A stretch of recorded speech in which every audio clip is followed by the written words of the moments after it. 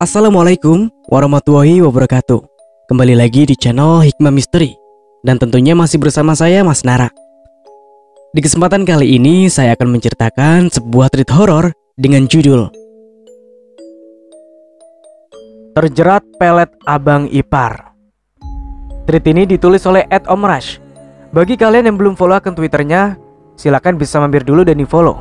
Oke kalau sudah, so let's the hounds begin. Lelaki itu tidak tampan, harta dia tak punya, hidup pun hanya bergantung padamu. Makan tidur sama sekali tak memikirkan kerja. Apa yang kau harapkan dari dia? Perlahan kelopak matanya mulai terbuka. Suasana yang asing membuatnya kembali menutup mata, mencoba mengingat apa yang baru saja terjadi semalam. Lalu bayangan kejadian itu kembali terlintas. Tubuhnya didorong oleh seseorang hingga jatuh tepat di atas kasur dengan spray berwarna putih tersebut, membuat wanita muda itu refleks bangkit lalu duduk untuk mengamati sekeliling. Ia mengedarkan pandangannya ke seluruh ruangan. Beberapa buku nampak berserakan, dan di samping rak buku itu terdapat sebuah gitar tua. Nafas wanita muda itu terengah, pelan tapi pasti. Ia menarik selimut yang menutupi tubuhnya, dan benar saja dugaannya. Di spray putih itu ada noda darah yang sudah mengering. "Arya!" teriak wanita muda itu marah sehingga suaranya pun bergetar. Seseorang laki-laki berusia 23 tahunan masuk ke dalam ruangan tersebut sambil tersenyum penuh arti. Entah apa yang terjadi padanya, tapi melihat senyuman si lelaki itu, si wanita muda tertunduk. Ia yang awalnya benar-benar marah, kini menjadi lunak dan hanya bisa menangis sesenggukan. "Kau mengingkari janjimu. Kau bilang kau tak akan melakukan itu padaku sebelum kita sah menjadi suami istri. Kau pembohong." Isaknya lemah terdengar. Lelaki itu duduk di dekatnya. Perlahan ia membelai rambut wanitanya dengan lembut. "2 bulan lagi kita akan menikah. Tak ada yang perlu kau takutkan. Aku tidak akan lari meninggalkanmu. Percayalah," bisiknya lembut. Arya memanglah seorang laki-laki yang baik. Setidaknya begitulah yang dirasakan oleh Ainun kala berpacaran dan akhirnya memantapkan hati menikah dengan laki-laki tersebut. Walau sebelum itu kegadisannya diambil tanpa izin oleh Arya sewaktu mereka berada di bawah pengaruh alkohol. Dan entah mengapa, sekesal apapun Ainun, ia tak pernah bisa marah pada laki-laki itu. Bahkan setelah menikah, Ainunlah yang bekerja keras untuk menafkahi mereka berdua. Keseharian Arya hanya tidur dan bermalas-malasan tanpa berpikir mencari pekerjaan untuk membantu istrinya. Suatu hari, setelah berbulan-bulan lamanya usia pernikahan mereka, adik Ainun yang nomor 4 datang berkunjung ke rumah yang dihuni kedua pasangan Ainun dan Arya tersebut. Setelah menikah, Arya dan Ainun tak tinggal bersama orang tua, tapi mereka tinggal berdua di salah satu rumah milik orang tua Ainun. Karena sebelumnya Arya tinggal di rumah sewaan, jadi untuk menghemat biaya kehidupan keduanya, mereka pun akhirnya disuruh untuk tinggal di rumah milik orang tua Ainun yang sudah lama kosong.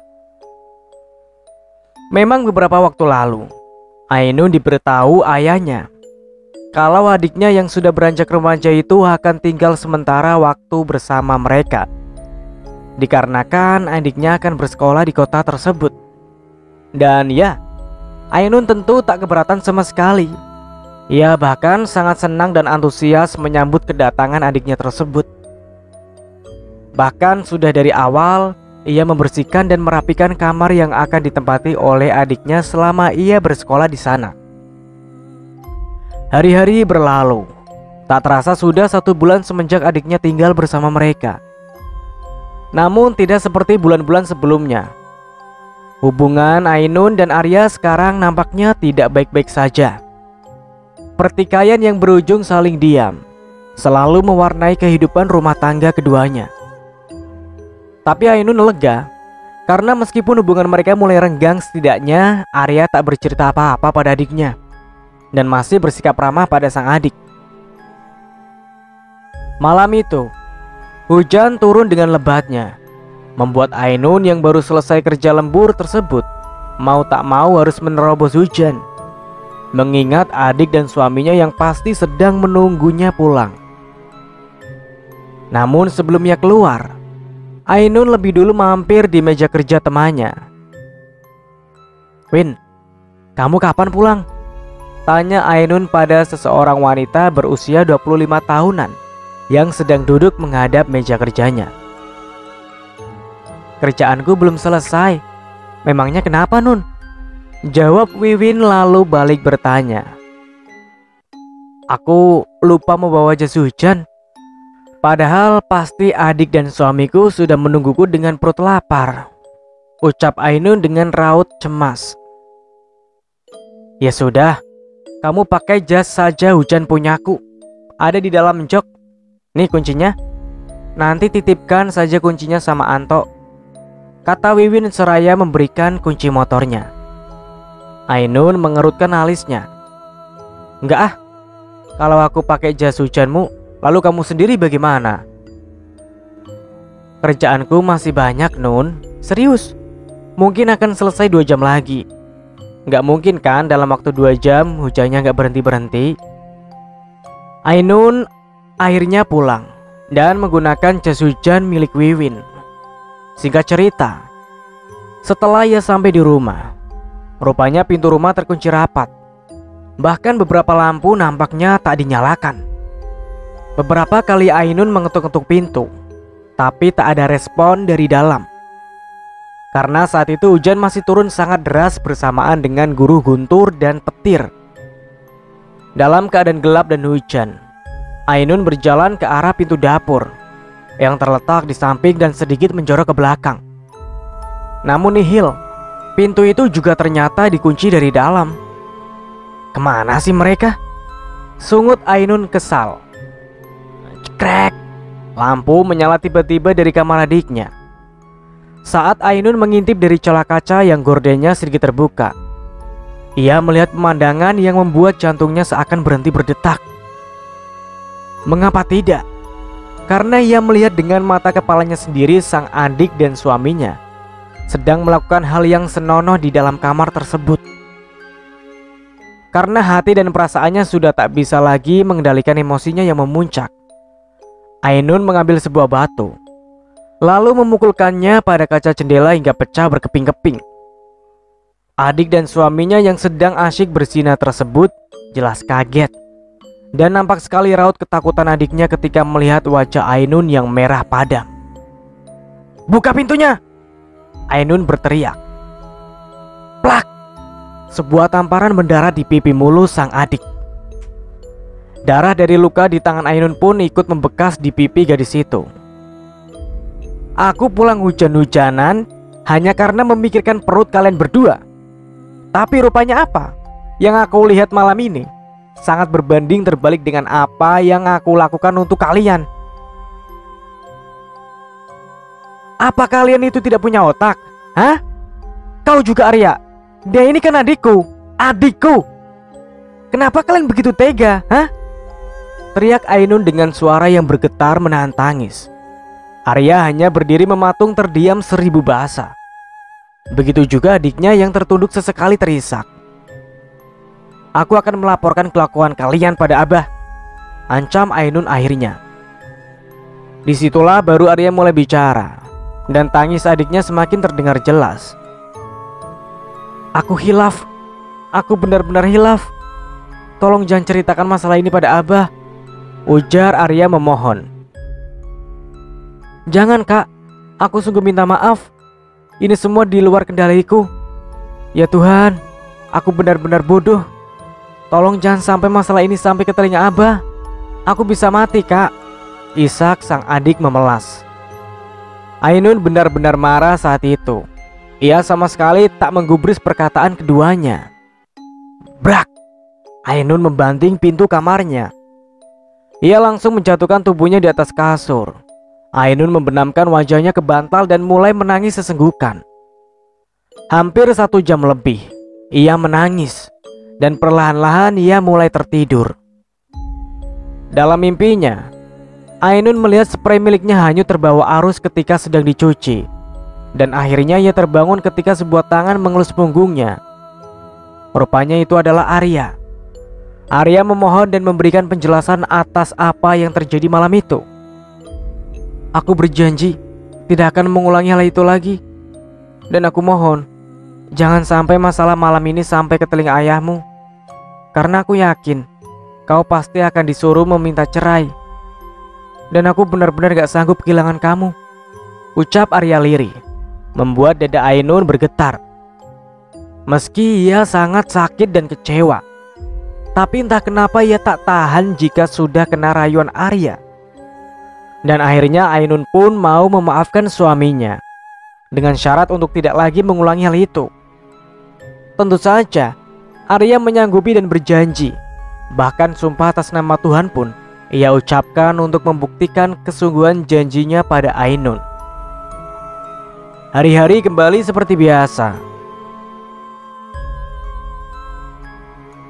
Kita berpindah menurut sudut pandang adiknya Ainun, yaitu Rahma.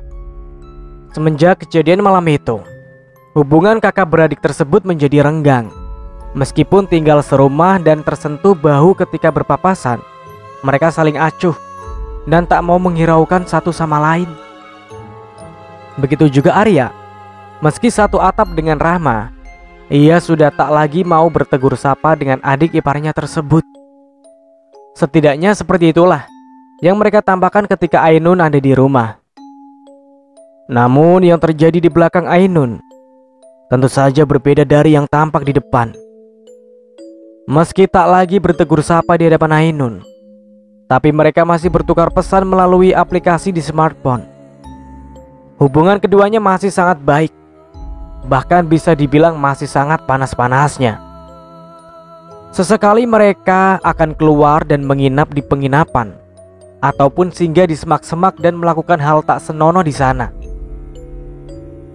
Dan anehnya Rama seperti hilang akal bila menyangkut soal Arya. Bahkan dimanapun dan kapanpun Arya ingin melakukan hubungan intim dengannya, ia selalu melayani nafsu laki-laki itu. Meskipun ia tahu kalau tak akan mungkin bisa bersama dengan Arya, tapi ia tak peduli. 1 tahun telah berlalu.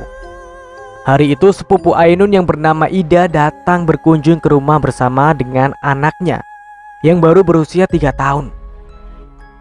Ia curhat pada pasangan itu tentang rumah tangganya yang sudah di ujung tanduk. Karena suaminya berselingkuh dengan wanita yang bekerja di sebuah warung makan dekat perkebunan kelapa sawit.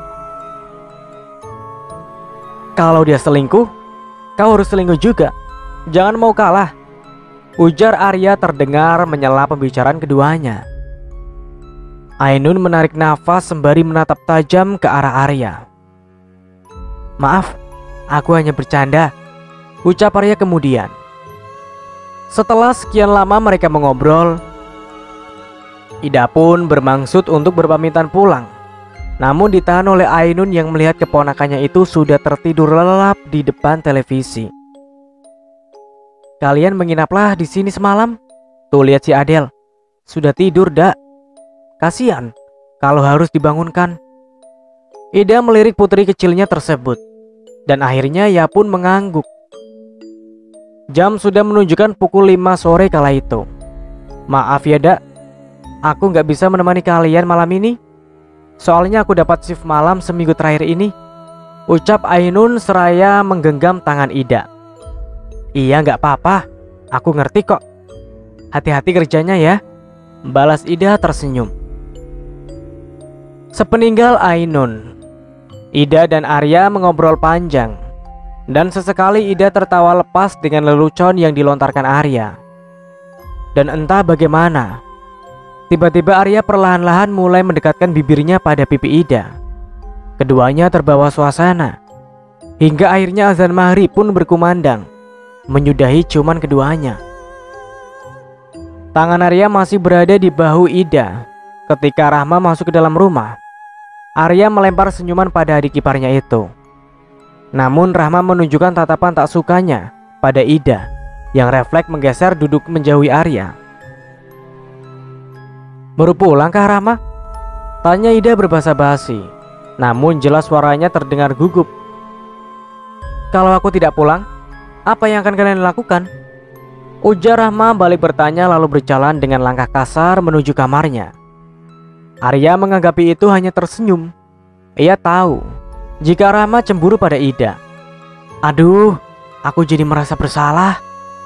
Aku takut kalau Rahma melaporkan apa yang dia lihat tadi pada Ain." "Nggak usah khawatir, aku akan menyelesaikan kesalahpahaman ini." Ida mengerutkan alisnya. Ia hendak bertanya, tapi kemudian ia mengangguk tanpa bertanya apa-apa pada Arya. Malam itu setelah Ida tertidur, Arya masuk ke dalam kamar Rahma. Rupanya Rahma masih merajuk dan tak menanggapi Arya. Tapi lagi-lagi Arya berhasil meyakinkan Rahma bahwa antara ia dan Ida sama sekali tak ada hubungan apapun. Lalu kemudian mereka pun berbaikan lagi. "Ini apa, Dek? Kamu minum obat ini?" ujar Ainun setelah mendobrak masuk ke dalam kamar adiknya. Wajah Rahma seketika menegang ketika melihat kepingan obat KB penunda kehamilan itu berada di tangan sang kakak. Itu bukan punya aku." "Mana mungkin aku meminum obat seperti itu, Kak? Itu titipan dari temanku untuk ibunya," jawab Rahma. "Kenapa temanmu menitipkan obat seperti ini sama kamu? Kenapa nggak dia sendiri yang belikan untuk ibunya? Atau ibunya sendiri yang beli? Tidak masuk akal." "Itu dia sakit dan gak bisa kemana-mana. Dan ibunya kan ngurus adiknya yang masih bayi itu, Kak. Makanya gak bisa kemana-mana juga. Rencananya hari ini aku akan mau antarkan obat ini ke rumahnya dia." Ainun yang merasa kalau jawaban adiknya itu masuk akal, lalu memberikan obat tersebut pada adiknya. "Lain kali jangan mau disuruh beli obat-obat yang begini. Nanti bikin orang salah paham sama kamu. Mulai hari ini aku akan cek isi tas dan kamarmu," ujar Ainun sebelum keluar dari kamar adiknya. Rahma menghela nafas lega. Meskipun kelegaannya hanya sementara. Benar saja, setelah hari itu Ainun selalu rutin mengecek isi kamar adiknya dengan detail. Dan tentu saja tak menemukan apa-apa, karena Rahma sudah tak menggunakan obat penunda kehamilan itu lagi. Namun masalah besar pun muncul. Setelah beberapa bulan masalah penemuan KB tersebut, Rahma mengatakan bahwa ia sudah telat haid pada Arya yang tak kalah kagetnya mendengar kabar buruk itu. "Kamu sudah tes kehamilan?" tanya Arya sembari menggunjang bahu Rahma dengan kasar. "Belum," isak Rahma. Mendengar jawaban Rahma, Arya sedikit lega. "Kamu tunggu di sini.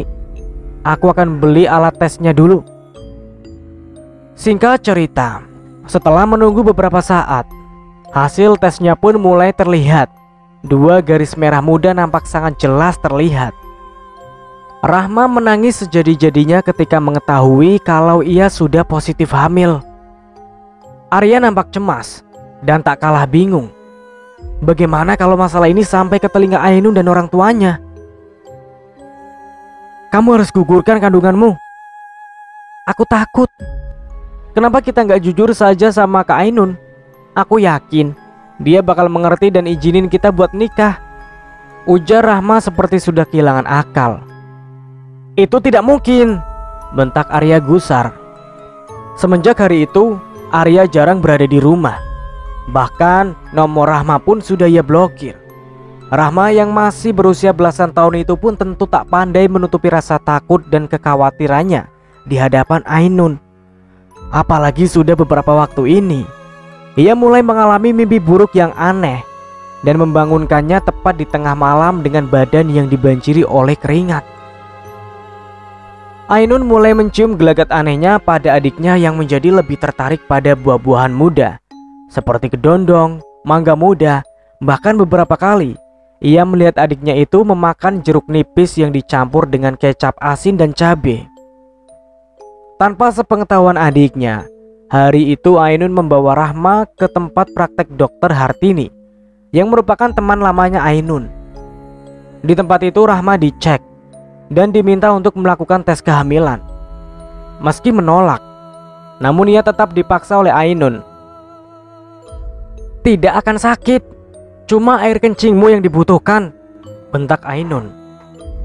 Dan setelah beberapa saat kemudian, Dokter Hartini menjelaskan bahwa Rahma sudah hamil lebih dari 8 minggu. Rahma gemetar dan matanya mulai berair. Ia tahu masalah besar akan segera datang padanya setelah itu. Sepanjang perjalanan pulang, Ainun hanya diam saja, membuat Rahma semakin ketakutan. Dan apa yang ditakutkan oleh Rahma pun menjadi kenyataan. Ainun membawanya pulang ke rumah orang tua mereka. Tanpa basa-basi, Ainun melaporkan masalah Rahma pada kedua orang tua mereka. Plak! Sebuah tamparan dari Abah mendarat tepat di wajah Rahma. Pipinya yang mulus seketika memar dan memerah. "Siapa laki-laki itu? Hah? Siapa?" ujar Abah dengan suara yang menggelegar. Rahma sesenggukan. Ia menundukkan wajahnya dalam-dalam. Dan tiba-tiba saja sesuatu yang aneh terjadi. Tubuh Rahma tiba-tiba kejang. Giginya mengatup dan urat-urat leher terlihat jelas. Ibunya yang melihat itu jelas histeris. Mereka berusaha menyadarkan Rahma. Bahkan menciprat-cipratkan air pada wajahnya pun sudah dilakukan. Tapi Rahma tak juga merespon.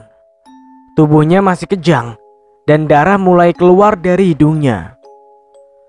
Meskipun Abah saat itu sangat marah pada Rahma, tapi beliaulah yang paling khawatir dengan keadaan Rahma. "Ambil kunci, cepat!" ujarnya dengan suara bergetar. Hari itu Rahma dilarikan ke rumah sakit kecil yang ada di daerah tersebut. Keadaan Rahma berangsur-angsur pulih setelah dirawat selama 3 hari di sana. Namun sepulangnya Rahma dari rumah sakit, ia menjadi susah diajak bicara dan lebih sering melamun seperti orang linglung. Bahkan ia bisa sampai berjam-jam lamanya menatap ke satu objek tanpa mengalihkan pandangan ke objek lain. Sesekali terdengar rintihan mengiris dan tawa yang aneh. Beberapa kali juga ia mencoba melukai tubuhnya sendiri. Seakan-akan itu ia lakukan bukan atas kemauannya, tapi ada sesuatu yang tak kasat mata tengah mengendalikan tubuhnya. Dari tatapan matanya bisa dilihat kalau dia juga tak mau seperti itu. "Bagaimana keadaan adikmu?" tanya Arya di suatu hari ketika Ainun akan bersiap-siap berangkat kerja. "Dia benar-benar depresi. Mungkin laki-laki biadab yang menghamilinya itu tak mau bertanggung jawab. Dan menurutku bisa jadi laki-laki itu yang mengancam Rahma sehingga membuatnya hampir gila. Kasihan dia, semoga lekas sembuh." "Bukan kau kan yang menghamilinya?" "Astaga, pertanyaan macam apa ini sayang? Jelas bukan aku. Kau sendiri pun tahu kan, aku sudah tak bertegur sapa lagi dengannya. Kejadian malam itu hanya sebuah kekhilafan, dan aku sungguh menyesal, malu bila mengingat hal itu." Ainun menghela nafas panjang. Terlepas benar atau tidaknya perkataan sang suami, Ainun yakin kalau Arya tak ada kena mengena dengan kehamilan Rahma. Beralih ke rumah orang tua Ainun. Hari itu kakeknya yang tinggal di desa lain datang berkunjung untuk menengok keadaan Rahma. Kakek ini adalah adik kandung dari kakeknya Ainun yang sudah meninggal. Beliau ini dikenal sebagai sesepuh desa. Beliau juga sering dipanggil dan didatangi oleh orang-orang luar daerah untuk berkonsultasi masalah yang berkaitan dengan hal-hal gaib, seperti kapuhunan, kena santet, guna-guna, dan lain-lain. Rahma berteriak histeris begitu melihat kelebatan bayangan si kakek. Padahal saat itu si kakek belum masuk ke dalam kamarnya dan hanya lewat untuk menemui ibunya Ainun yang tengah memasak di dapur. "Untung Pian datang. Saya ingin minta tolong dilihatkan si Rahma itu. Sudah cukup lama dia seperti itu," ujar ibunya Ainun setelah mencium tangan si kakek. Nanti dulu, aku mau duduk dulu sebentar. Aku minta air kopinya. Setelah minum segelas kopi, barulah beliau berjalan ke arah kamar Rahma. Ih, panas sekali dalam kamar ini. Rahma menjerit dan berteriak semakin menjadi ketika sang kakek mulai mendekatinya. Saat tangan si kakek hendak menyentuh kepalanya, Rahma menghindar dan berhasil menendang kaki kurus si kakek. Kepala monyet, kenapa kamu? Kenapa kamu? Ujar si kakek latah setelah hampir jatuh kena tendangan Rahma. Untungnya di saat yang bersamaan ayahnya Ainun masuk dan menyangga tubuh si kakek agar tak terjatuh. Kena ganggu makhluk halus ini. Besar sekali badannya yang ada di dekatnya ini. Lalu bagaimana ini sekarang? Apa bisa diusir? Coba kau pegangi dia, suruh si kakek. Setelah tangan Rahma dipegangi dengan erat, barulah si kakek berhasil menyentuh kepalanya. Rahma berteriak nyaring, lalu kemudian merintih panjang ketika kakek mulai membacakan doa-doa. Sedang mengandung ternyata dia, ujar si kakek. Kelihatankah siapa yang mengirimnya nih? Si kakek mengangguk, tapi beliau enggan memberitahukan siapa pelakunya, meski sudah didesak oleh orang tua Ainun. Di tempat yang berbeda, Arya yang sedang tidur siang itu mulai merasakan suhu tubuhnya naik drastis. Wajahnya juga mulai menegang, seakan-akan tahu apa yang baru saja terjadi. Dia kena pelet dan guna-guna dari orang yang sama, gumam kakek. Siapa orangnya nih? Suruh Ainun pulang. Malam ini aku akan mencoba mengobati dan memagari Rahma, ujar kakek tanpa menjawab pertanyaan dari ayahnya Ainun. Lalu kenapa harus ada Ainun nih? Ainun pasti sedang kerja. Lakukan saja, karena Ainun pun dalam bahaya. Sebentar, saya telepon suaminya dulu. Jangan, kau cukup suruh Ainun sendirian ke sini, bentak kakek. Meski bingung, ayahnya Ainun akhirnya menuruti perintah si kakek. Singkat cerita, malam pun tiba. Di kamar sudah disediakan 2 ember besar berisi mayang dan bunga-bungaan. Ainun yang baru saja pulang dari tempat kerja langsung meluncur ke rumah orang tuanya dengan mengendarai motor. Jalanan menuju orang tuanya malam itu sedikit licin dikarenakan hujan. Ainun sangat berhati-hati mengendarai motornya. Ia melepaskan jas hujannya begitu sampai di depan pintu rumah. Ia mencari-cari sendal suaminya, namun tak ada di sana. Arya mana, Bah? Belum datang? Tanya Ainun begitu masuk ke dalam rumah. Si kakek menatap tajam ke arah Ainun. Sudah lama kau menikah, tapi kenapa tak pernah mengajak suamimu menemuiku? Ainun tersenyum kecut mendengar pertanyaan si kakek. Pian kan selalu sibuk. Waktu kami nikahan saja Pian tidak datang. Kau bukan Ainun cucuku. Hah? Maksudnya? Lelaki itu tidak tampan. Harta dia tak punya. Hidup pun hanya bergantung padamu. Makan tidur sama sekali tak memikirkan kerja. Apa yang kau harapkan dari dia? Mendengar perkataan si kakek, raut wajah Ainun berubah. Pian, jangan berbicara seperti itu. Walau bagaimanapun, Arya tetaplah suami saya. Baik buruknya dia, saya tetap sayang dengannya. Jangan sementang-mentang karena Pian sudah tua, lalu bisa semena-mena memburukan suami saya, ujar Ainun dengan tatapan tajam. Hormat sedikit pada kakekmu, Nun, bentak Abah. Kakek tersenyum lalu mengangguk. Perlahan-lahan ia berdiri dan mendekati Ainun yang masih berdiri di dekat pintu. Mulut kakek berkomat-kamit membaca doa. Lalu kemudian beliau mengusap wajah Ainun. Dan setelah itu tubuh Ainun ambruk. Setelah itu Ainun yang masih tak sadarkan diri lantas diberikan air putih dari sebuah botol. Perlahan-lahan Ainun tersadar. Matanya menatap bingung pada orang-orang yang mengelilinginya. Saya kenapa? Kamu ingat apa yang baru saja terjadi? Tanya kakek. Ainun mengangguk. Kakek nampak puas mendengar jawaban dari cucunya tersebut. Lalu kemudian kakek melangkah meninggalkan Ainun yang masih kebingungan. Beliau menatap Rahma yang duduk terpasung dengan bahalai. Sesekali ia menggeram marah, menatap kakek dengan tatapan yang seolah-olah ingin melumat habis tubuh kurusnya kakek. Allahu Akbar, Allahu Akbar, Allahu Akbar. Kakek duduk dan mulai berzikir tepat di hadapan Rahma. Rahma mulai menunjukkan rasa tak nyaman ketika berhadapan dengan kakek. Tubuhnya menggeliat-menggeliat. Ia bergumam dengan suara yang kadang terdengar jelas dan kadang sayup-sayup seperti bisikan. Panas! Panas! Teriak Rahma akhirnya. Kakek lantas berdiri lalu menyuruh orang tua Ainun untuk membawa Rahma ke kamar mandi. Si kakek akan segera memandikan Rahma untuk membuang kiriman guna-guna dan pelet di tubuhnya. Masih dalam keadaan terikat dengan bahalai, Rahma dimandikan. Ia tak bisa berontak karena bahalai yang mengikat tubuhnya itu. Padahal sebelumnya Rahma mampu berontak ketika diikat dengan tali tambang. Pada guyuran pertama nampak asap putih yang sangat tipis keluar dari kepala Rahma. Di guyuran kedua tubuh Rahma menggigil. Dan pada guyuran ketiga tubuh Rahma tak bereaksi lagi. Mayang itu kemudian dipapaikan di kepala dan bahunya. Setelah itu ikatan bahalainya dilepaskan.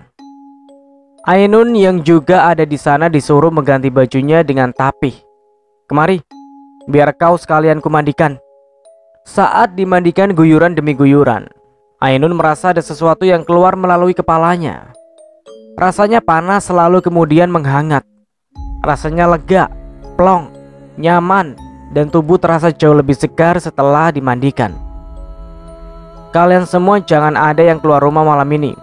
Aku akan menyelesaikannya sampai tuntas malam ini, peteh kakek sebelum pergi.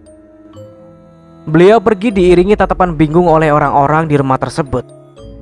Kakek menaiki motor poswannya. Lalu perlahan suara motor itu menjauh dari halaman rumah. Sesampainya di rumah, kakek lantas membasuh diri dan kemudian berwudu. Beliau sholat. Setelah selesai sholat, kakek mulai berzikir kembali. Angin bergemuruh membuat atap-atap seng rumah kakek terangkat dan menciptakan suara riuh. Decitan seng yang bergesekan membuat ngilu siapapun yang mendengarnya. Bersamaan dengan itu, seekor ular merayap masuk ke dalam rumah melalui celah di bawah pintu. Ular kobra hitam dengan racun mematikan itu mendekati kakek. Namun ular itu hanya mengangkat kepalanya menyerupai sendok. Hewan berbisa tersebut sama sekali tak menyerang kakek. Saat kakek membuka matanya, perlahan-lahan ular itu menjauh. Kembalilah kepada tuanmu, ujar kakek. Dan kemudian ular itu keluar melalui celah yang sama. Tentu itu bukan ular sembarangan. Alhamdulillah, ucap kakek seraya mengusap wajahnya. Beliau bangun dari duduknya, lalu berjalan ke arah kamar. Keesokan pagi, si kakek menemukan ular yang sama dengan yang tadi malam. Namun ukurannya jauh lebih kecil, tergeletak mati di tangga rumah. Kakek melemparkannya ke halaman rumah. Lalu kemudian beliau bersiap-siap untuk pergi ke rumah orang tua Ainun, yaitu keponakannya. Di situ barulah kakek menceritakan apa yang sebenarnya terjadi. Anak yang ada di dalam kandunganmu itu tidak bersalah. Biar bagaimanapun, dia adalah titipan dari Allah. Jangan pernah menyanyiakan ataupun membedakannya. Karena anak-anak itu semuanya sama. Terlepas dari perbuatan orang tuanya, mereka bersih dan suci, ujar kakek menatap cucu-cucunya satu persatu. Ainun memeluk adiknya erat. Ia merasa bersalah atas apa yang telah menimpa adiknya itu. Sementara wajah Abah nampak merah padam menahan amarah yang meluap-luap. Kau tak perlu khawatir. Laki-laki itu tak akan mengganggu anak-anakmu lagi. Apa yang dia kirim sudah aku kembalikan. Sekarang mungkin dia sedang menikmatinya, ujar kakek menatap Abah. Ainun akhirnya bercerai dan Rahma terpaksa harus putus sekolah. Sementara Arya, ia sudah kehilangan kewarasannya atau gila. Setelah berbulan-bulan kemudian, bayi itu lahir. Kau bisa melanjutkan hidupmu, Dek. Biar bayi ini aku yang mengurusnya, ucap Ainun pada adiknya. Nah, dan begitulah akhir dari cerita treat horror dengan judul Pelet Kakak Ipar. Dari saya mohon maaf bila ada salah kata. Akhir kata, wassalamualaikum warahmatullahi wabarakatuh.